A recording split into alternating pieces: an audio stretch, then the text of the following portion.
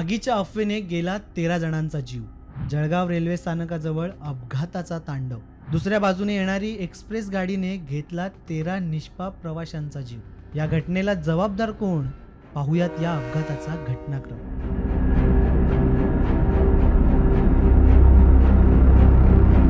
बुधवारचा दिवस 11:533 लखनौवरून येणारी पुष्पक एक्सप्रेस मुंबईकडे रवाना होत होती.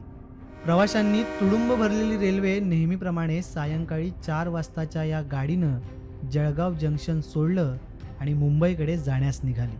रोज हजारो प्रवासी या गाडीतून प्रवास करतात. पुढे परधाडे रेल्वे स्थानकाजवळ रेल्वे ट्रॅकचं काम सुरू होतं. पुष्पक रेल्वेतून प्रवास करणाऱ्या प्रवाशांना एका चहावाल्यानं येऊन रेल्वेच्या डब्यात आग लागल्याची खबर दिली. त्यामुळेच प्रवासी घाबरले आणि ते सैरभैर झाले. त्याचवेळी गाडीत कोणत्या तरी प्रवाशाने आपत्कालीन चैन खेचली.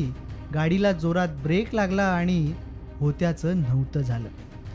रेल्वे ट्रॅक आणि गाडीच्या घर्षणानं ठिणगा उडाल्या आणि धूर झाला. रेल्वे डब्यात लोकांचा आरडाओरडा सुरू झाला. यामुळे प्रवासी घाबरले आणि घाबरून एक्सप्रेसमधील 30 ते 35 प्रवाशांनी रेल्वे ट्रॅकवर उड्या मारल्या. त्याचवेळी दुसऱ्या बाजूने येणारी 12629 कर्नाटक एक्सप्रेस यशवंतपूरहून दिल्लीकडे जात होती. तेव्हा ट्रॅकवर उड्या मारलेल्या प्रवाशांचा आणि कर्नाटक एक्सप्रेस येण्याच्या वेळेचा योगायोग ठरला.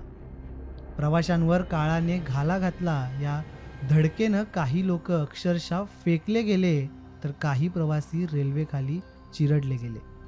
या अपघातात 13 प्रवाशांचा मृत्यू झाला असून 19 प्रवासी जखमी झाल्यात. घटनास्थळी जिल्हाधिकारी आयुष प्रसाद आणि मंत्री गिरीश महाजन यांनी जाऊन आढावा घेतला.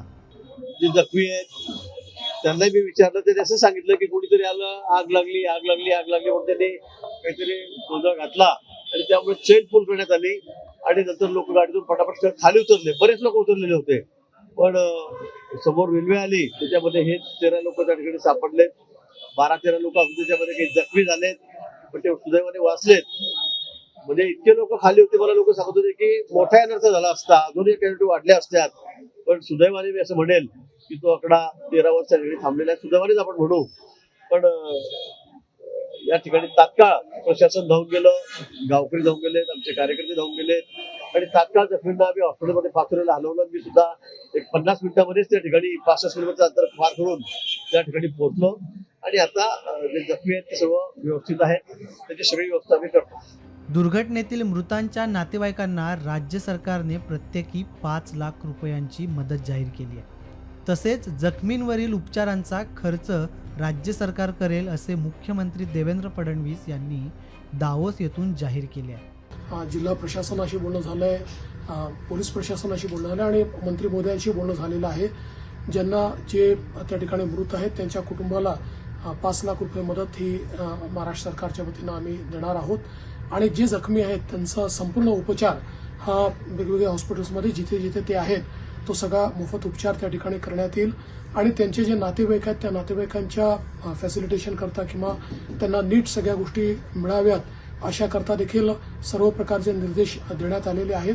याची माहिती राज्याचे उपमुख्यमंत्री अजित पवार यांनी पुण्यात प्रसारमाध्यमांशी बोलताना दिली आहे. मी ट्विट केलं, एकनाथरावांनी केलं, CM साहेब डावसला होते तिथनं केले, आमच्या सरकारच्या वतीनं गुलाबराव पाटील आणि गिरीश महाजन साहेब ते स्पॉटवर गेले. तिथले आमचे आयुष प्रसाद कलेक्टर, पूर्वी आपल्याकडे CEO होते, ते तिथे ते या ठिकाणी गेले आणि लगेच कामाला तिथं सुरुवात त्या बाबतीमध्ये झाली. आपल्यालाही माहिती आहे की ह्या घटना अतिशय दुर्दैवी आहेत, परंतु तिथं माहिती घेतल्यानंतर असं लक्षात आलं की उदल कुमार हा 30 वर्षाचा राहणार भिंगा, जिल्हा श्रावस्ती, राज्य उत्तर प्रदेश, हे लखनौ ते मुंबई ही पुष्पक एक्सप्रेस जी गाडी आहे तिथं 21 जानेवारीला ते 9:25 मुंबई येथे पहिल्यांदाच रोजगार मिळवण्याच्या करता, जसं मुंबईमध्ये अनेक जण रोजगाराच्या निमित्तानं येतात तसे हे उदल कुमार निघालेले होते. त्यांच्यासोबत त्यांच्या पत्नीचे भाऊ विजय कुमार हा देखील होता. ते दोघंही सर्वसाधारण तिकिटाने सर्वसाधारण बोगीच्या वरच्या आसनावर बसलेले होते आणि त्यावेळेस रेल्वेच्या रसोई यान बोगीचे चहा विक्रेते यांनी आग लागली आग लागली आग लागली अशा पद्धतीनं तो ओरड केली आणि त्या आरोळ्यात त्यांना ऐकू आले, त्या उदलला पण आणि त्याच्या तो विजय कुमारला पण. आणि ते ऐकू आल्यानंतर त्यावेळेस पूर्ण बोगीत गोंधळ उडाला आणि त्यांचे बोगीसह आजूबाजूचे बोगीमध्ये सुद्धा गोंधळ उडाला, कारण त्या बोगी एकमेकाला लागूनच असतात. त्यावेळेस काही प्रवाशांनी घाबरून स्वतःचा जीव वाचवण्याच्या करता गाडीतनं दोन्ही बाजूला उड्या मारल्या आणि तो प्रयत्न ते करत होते, परंतु गाडीचा स्पीड होता आणि ट्रेन खूप वेगाने असल्यामुळं इतर प्रवासी गाडीतून खाली उतरू शकत नव्हते. त्यावेळेस कोणीतरी प्रवाशांनी स्वतःचंच डोकं चालवलं आणि साखळी ओढली. आपल्याला सगळ्यांना माहिती आहे की रेल्वेचा प्रवास करत असताना काही असं वाटलं तर धोक्याचं काही असेल तर साखळी ओढावी असं आपण ते सांगतो. आणि रेल्वे मग थांबली आणि प्रवासी गाडीतून खाली उतरण्यास मिळेल या ठिकाणून खाली उतरायला लागले, म्हणजे ज्या दरवाजातनं किंवा खिडकीतनं. आणि खाली उतरल्यावर इकडे तिकडे जाऊ लागले. तेव्हा लगतच्या रेल्वे रुळावरून जात असताना बेंगलोर न्यू दिल्ली कर्नाटक एक्सप्रेस अतिशय वेगाने आली आणि रेल्वेच्या रुळावरील त्याच प्रमाणे रूळ ओलांडून प्रवाशांना धडका देऊन पुढं काही अंतरावर जाऊन थांबली. त्यावेळेस बऱ्याच प्रवाशांचे अक्षरशः शरीराच्या म्हणजे सांगणं पण मला म्हणजे योग्य वाटत नाही.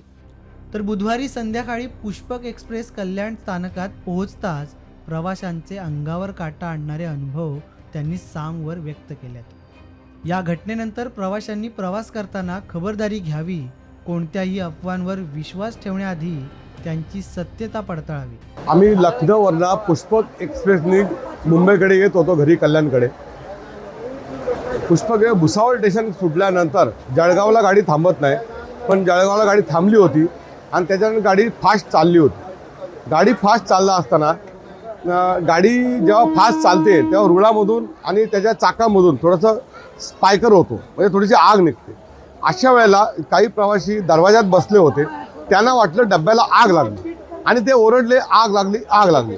आणि अशा वेळेला काय झालं, कोणतरी चेन खेचली ताबडतोब आणि धडाधड उड्या मारल्या लोकांनी ट्रेनच्या बाहेर.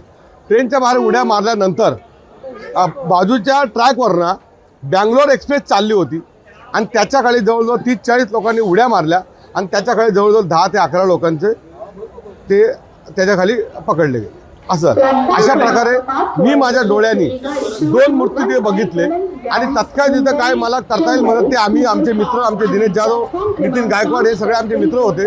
आम्ही गेलतो बुद्धगयाला, नेपाळवर येत होतो. आम्ही ती मदत जेवढी करता येईल तेवढी केली. अशा प्रकारे सगळा घटनाक्रम झालेला नाही. आग लागली नव्हती, कारण की ती ट्रेन आता आम्ही घरपर्यंत आलो. ट्रेन 1.5 तास आधी लेट होती आणि पुन्हा मग 1.5 तास लेट झाली. अशा प्रकारे आम्ही आता कल्याणला सुखरूप पोहोचलो. सगळे आमचे सहकारी, सगळे प्रवासी सुखरूप कल्याणला आलेले आहेत.